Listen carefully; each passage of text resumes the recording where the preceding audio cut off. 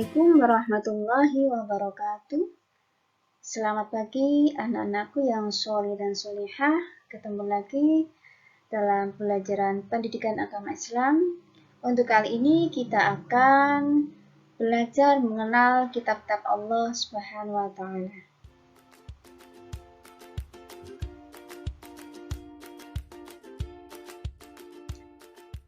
Adapun kompetensi dasar yang akan kita pelajari pada hari ini, yang pertama, memahami makna diturunkannya kitab-kitab suci melalui rasul-rasulnya sebagai implementasi rukun iman. Yang kedua, menunjukkan makna diturunkannya kitab-kitab suci melalui rasul-rasulnya sebagai implementasi rukun iman.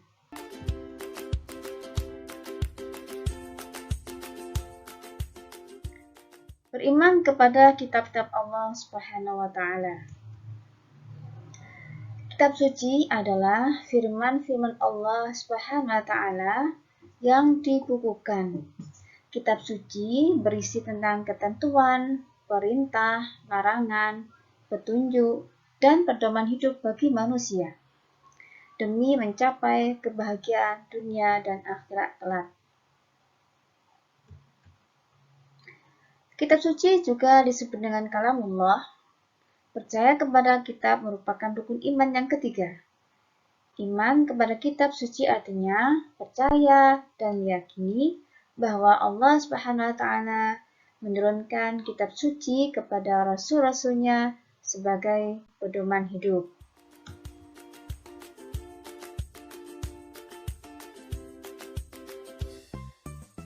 Lantas, bagaimana cara beriman kepada kitab-kitab Allah Subhanahu wa Ta'ala? Cara beriman kepada kitab Allah dengan meyakini bahwa Allah Subhanahu wa Ta'ala telah menurunkan kitab-kitabnya kepada para rasul melalui perantaraan malaikat Jibril. Ada kitab Al-Quran, kitab Taurat, kitab Injil, dan kitab Zabur. Kitab-kitab tersebut harus dijadikan pedoman hidup untuk menuntun dan mengatur cara kita bersikap dan berperilaku guna mencapai keselamatan dan kebahagiaan hidup di dunia dan akhirat.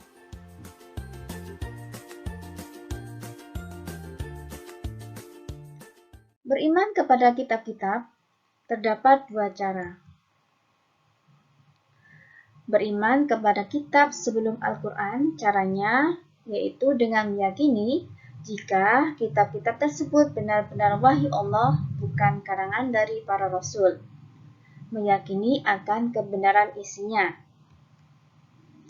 Beriman kepada Al-Quran, caranya dengan meyakini jika Al-Quran itu benar-benar wahyu Allah, bukan karangan dari Nabi Muhammad. Meyakini jika isi Al-Quran dijamin kebenarannya tanpa ada keraguan sedikit pun. Serta kita harus mempelajari, memahami, dan juga mengamalkan ajaran Al-Quran dalam kehidupan sehari-hari.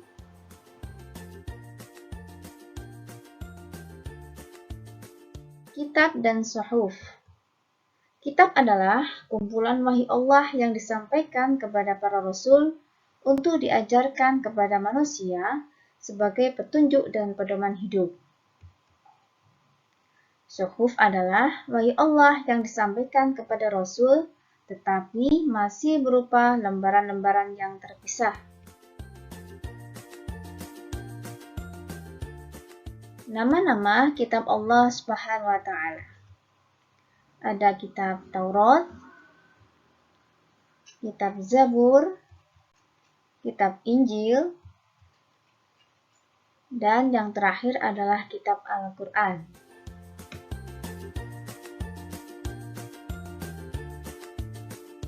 Kitab Taurat diturunkan kepada Nabi Musa alaihissalam kurang lebih pada abad 12 sebelum Masehi di daerah Israel dan Mesir. Kitab Taurat menggunakan bahasa Ibrani. Kitab Taurat diterima oleh Nabi Musa di Bukit Sinai. Umat Nabi Musa disebut dengan Bani Israel.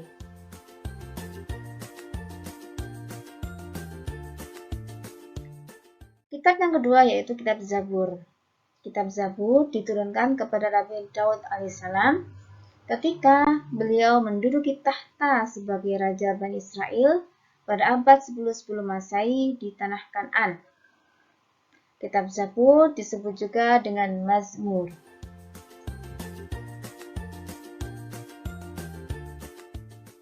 Kitab selanjutnya yaitu kitab Injil. Kitab Injil diturunkan kepada Nabi Isa alaihissalam pada sekitar abad 1 Masehi di daerah Yerusalem.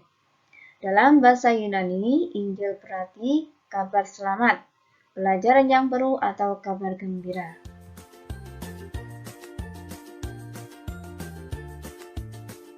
Kitab yang terakhir yaitu kitab Al-Quran. Kitab Al-Quran diturunkan kepada Nabi Muhammad SAW pada abad 6 Masehi di Makkah. Peristiwa turunnya Al-Quran dikenal dengan Nuzulul Quran. Terjadi pertama kali ketika Nabi Muhammad di Gua Hira, Mekah. Turunnya Al-Quran menandai awal diangkatnya Nabi Muhammad SAW sebagai Rasulullah, usianya yang pada waktu itu genap 40 tahun. Adapun Al-Quran menurut bahasa adalah bacaan. Menurut istilah, Al-Quran adalah kumpulan firman Allah yang diturunkan kepada Nabi Muhammad dengan perantaraan malaikat Jibril untuk disampaikan kepada umatnya sebagai pedoman hidup bagi umat Islam. Dan anak-anakku yang soleh dan solehah, Al-Quran itu terdiri dari 30 juz, 114 surat, dan 6.236 ayat.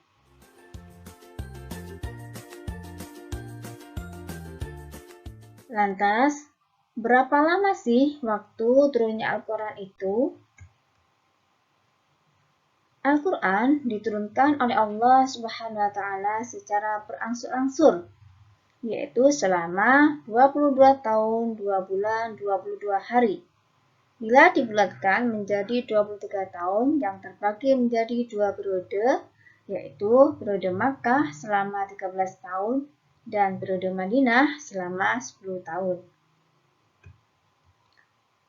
Wahyu yang diturunkan pada periode Mekah atau sebelum Nabi Hijrah disebut dengan surat Makkiyah. Sedangkan wahyu yang diturunkan pada periode Madinah setelah Nabi Hijrah disebut Madaniyah. Waktu yang pertama kali turun adalah surat Al-Alaq ayat 1-5 pada tanggal 17 Ramadan 610 Masehi.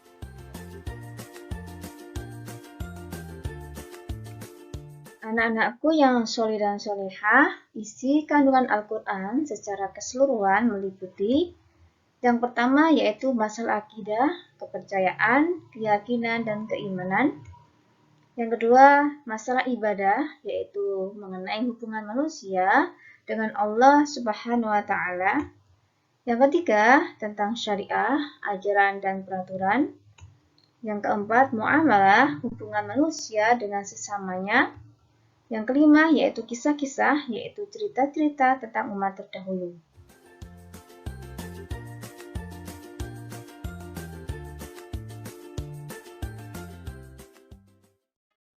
Nama-nama lain Al-Quran. Al-Quran memiliki nama Alkitab, artinya buku atau kitab. Disebut Alkitab karena Al-Quran adalah sebuah kitab atau buku.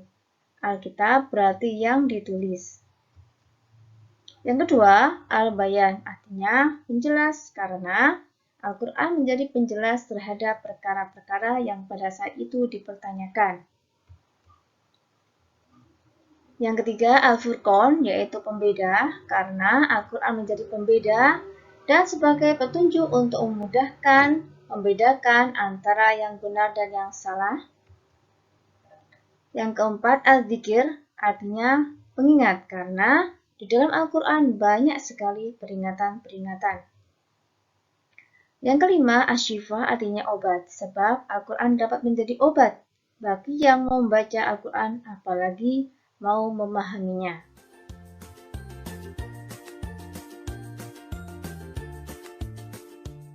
Kitab Allah membawa ajaran terpuji. Kitab Allah adalah petunjuk dalam kehidupan.